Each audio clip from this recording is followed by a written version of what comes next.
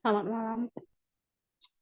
Kami dari kelompok 11 akan mempresentasikan hasil review kami yang berjudul Nutrition Counseling and Education Skill Development dengan topik Self-Efficacy and Health Belief Model dengan mata kuliah konsultasi gizi dan dosen pengampu Ibu Risti Rosmiati SGJ MSI. Adapun anggota kelompok 11, yang pertama ada Cindi Ramadhania, yang kedua ada Fatia Azara, yang ketiga ada Octavia Nababan, yang keempat ada Natalia Revita Munte, dan yang terakhir ada Fadia Ramanda. Untuk materi pertama akan disajikan oleh penyanyi. Waktu dan tempat dipersilahkan. Baiklah, untuk materi yang pertama, yaitu self-efikasi atau efikasi diri.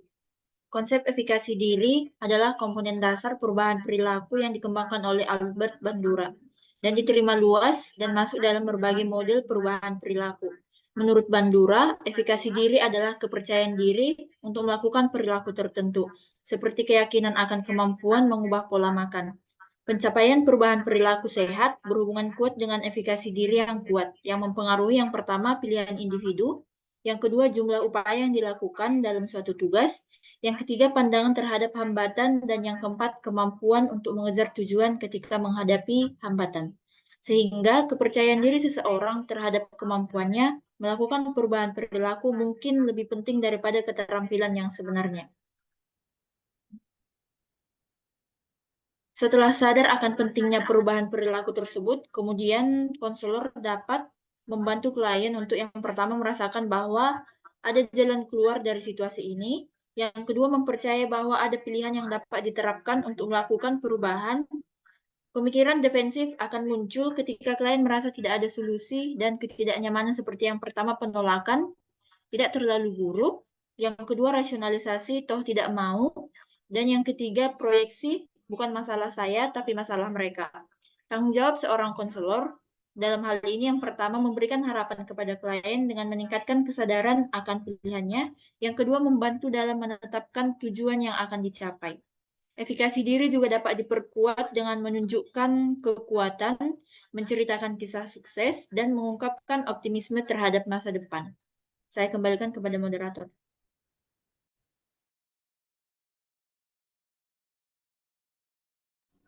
Selanjutnya ada health belief model yang mengusulkan bahwa faktor kognitif mempengaruhi pengambilan keputusan individu dan mempertahankan perubahan perilaku kesehatan tertentu. Seperti yang digambarkan pada gambar 2.1, penting dalam pengambilan keputusan ini adalah seseorang yang perlu yang pertama merasakan kerentanan pribadinya terhadap suatu penyakit atau kondisi.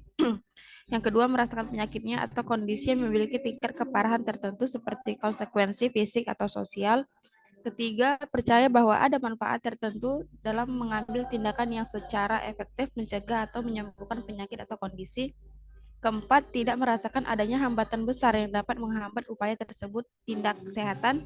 Kelima, diberikan isyarat untuk mengambil tindakan. Dan terakhir, memiliki keyakinan terhadap kemampuan pribadi untuk bekerja perilaku tertentu.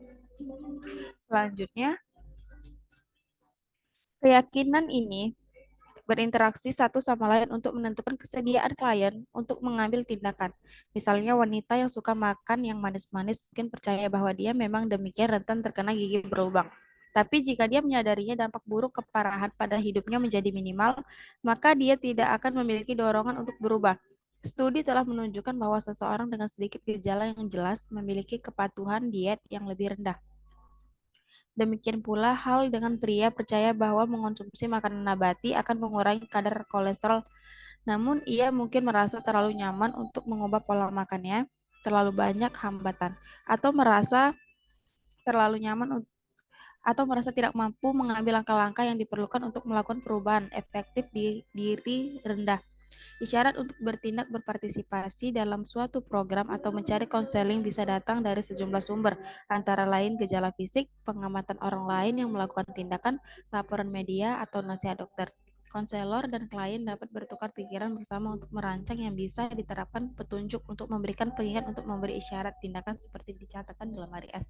Selanjutnya materinya akan dibacakan teman saya. Yang selanjutnya membahas tentang aplikasi keyakinan kesehatan.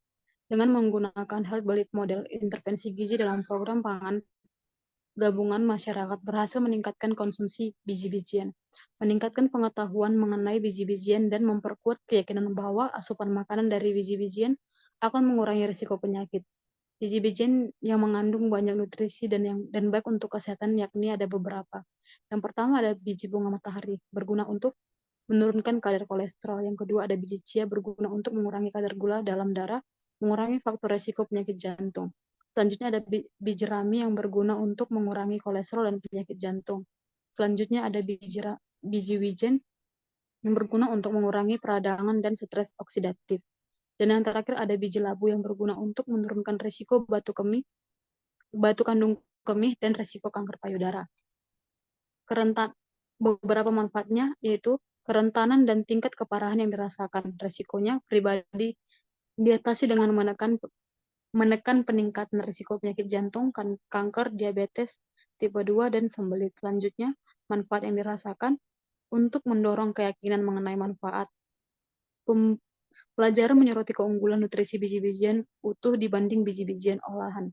Selanjutnya, hambatan yang dirasakan. Untuk mengatasi hambatan, pembelajaran memberikan tes rasa dan pendidikan mengenai pelabelan biji-bijian. Selanjutnya, efikasi diri.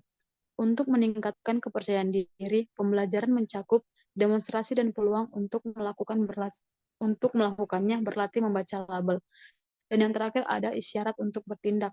Peserta diberi resep, lembar tip, dan materi pendidikan untuk menumbuhkan isyarat untuk bertindak di rumah. Selanjutnya akan dibacakan oleh penyaji. Selanjutnya. Baik, selanjutnya saya akan menjelaskan tentang diagram health model belief, yaitu yang pertama faktor pengubah. Dalam faktor pengubah ini terdapat beberapa faktor, yaitu usia, jenis kelamin, etnis, kepribadian, sosial ekonomi, serta pengetahuan. Faktor pengubah ini berhubungan dengan keyakinan individu, yaitu yang terdapat beberapa faktor, yaitu kerentanan yang dirasakan, serta keparahan yang dirasakan. Kerentanan dan keparahan yang dirasakan berhubungan dengan ancaman yang dirasakan. Lalu selanjutnya ada manfaat yang dirasakan, hambatan yang dirasakan, serta efikasi diri yang dirasakan. Keyakinan individu berhubungan dengan tindakan, yaitu ada dua faktor, perilaku individu serta isyarat untuk bertindak. Selanjutnya akan dijelaskan oleh teman saya.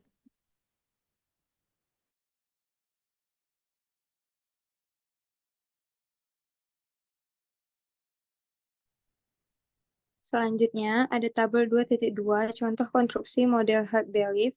Yang pertama ada konstruksi keyakinan kesehatan, kerentanan yang dirasakan, contoh pernyataan klien, khawatir tentang kemungkinan saya terkena tekanan darah tinggi, kemungkinan intervensinya, edukasi mengenai risiko penyakit dan tinta pada pola makan, bandingkan dengan standar yang telah ditetapkan. Contoh, American Heart Association merekomendasikan untuk menjaga tekanan darah di bawah 120/80 mm hektogram. Tekanan darah Anda adalah 148/110. Konstruksi keyakinan kesehatan, tingkat keparahan yang dirasakan, contoh pernyataan kliennya, ya aku punya tekanan darah tinggi, tapi aku merasa baik-baik saja.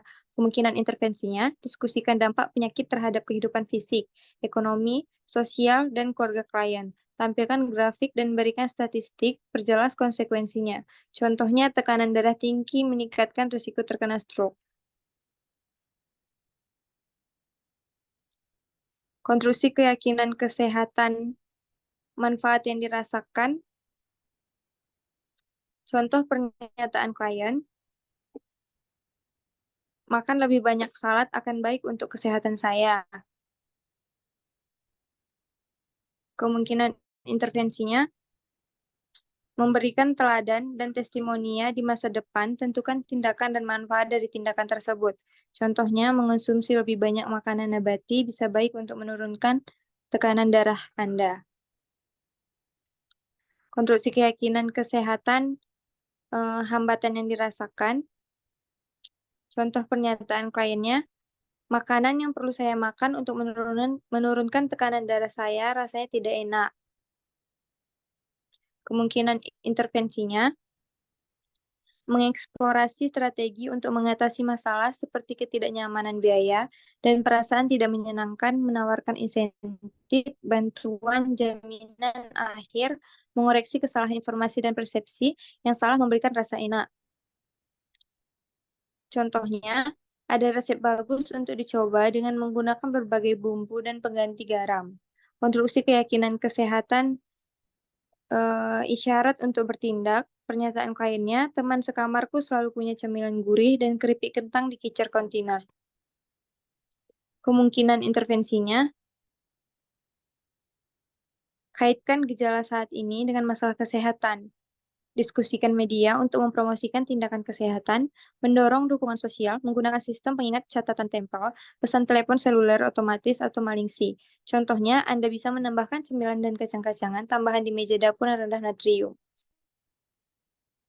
Konstruksi keyakinan efikasi diri, pernyataan kliennya, saya yakin bisa menyiapkan hidangan pasta rendah sodium.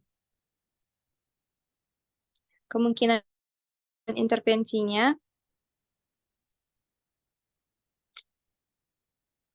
berikan pelatihan keterampilan dan tunjukkan perilaku langkah demi langkah, mendorong penetapan tujuan dan penguatan positif. Contohnya, ya kamu makan di jalur yang benar. Selanjutnya saya serahkan kepada moderator. Dan terima kasih untuk menyaji. Demikianlah hasil review buku yang telah dengan topik yang telah ditentukan. Untuk perhatiannya kami ucapkan terima kasih.